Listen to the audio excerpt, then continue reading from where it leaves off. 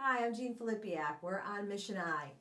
The I stands for influence, and it's how you're able to get people to see your point of view. The higher you are on the I, so you're 49 to 100%, you are able to get people to see your point of view.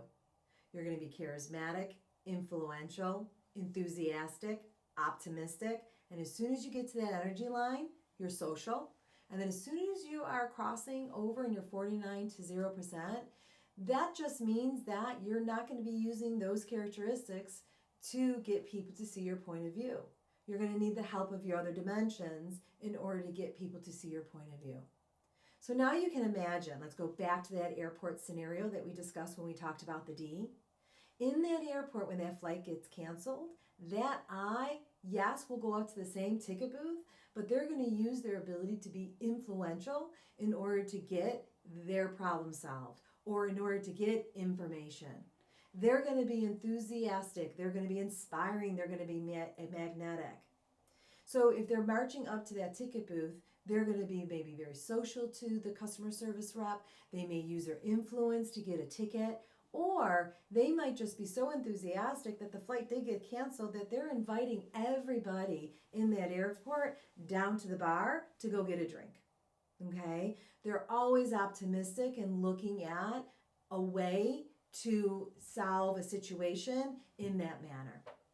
So when you also think about the high I, these high I's and the emotion that goes with it is high trust.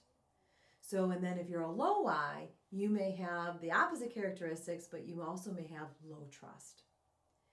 So throughout your education, you may have heard the term being extroverted versus introverted. You probably can make a correlation that if you're a high I, you're going to be extroverted.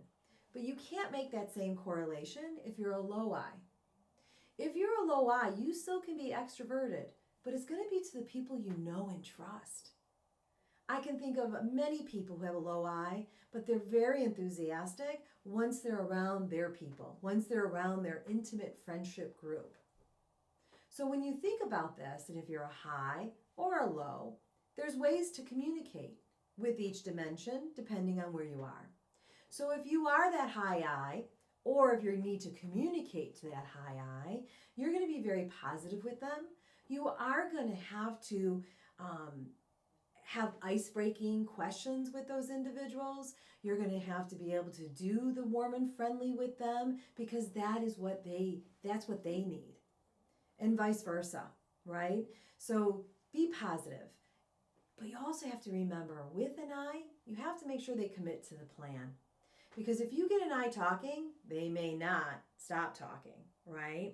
These high I's are great storytellers, and they may take a story to another level in order to make that story sound good or make sense.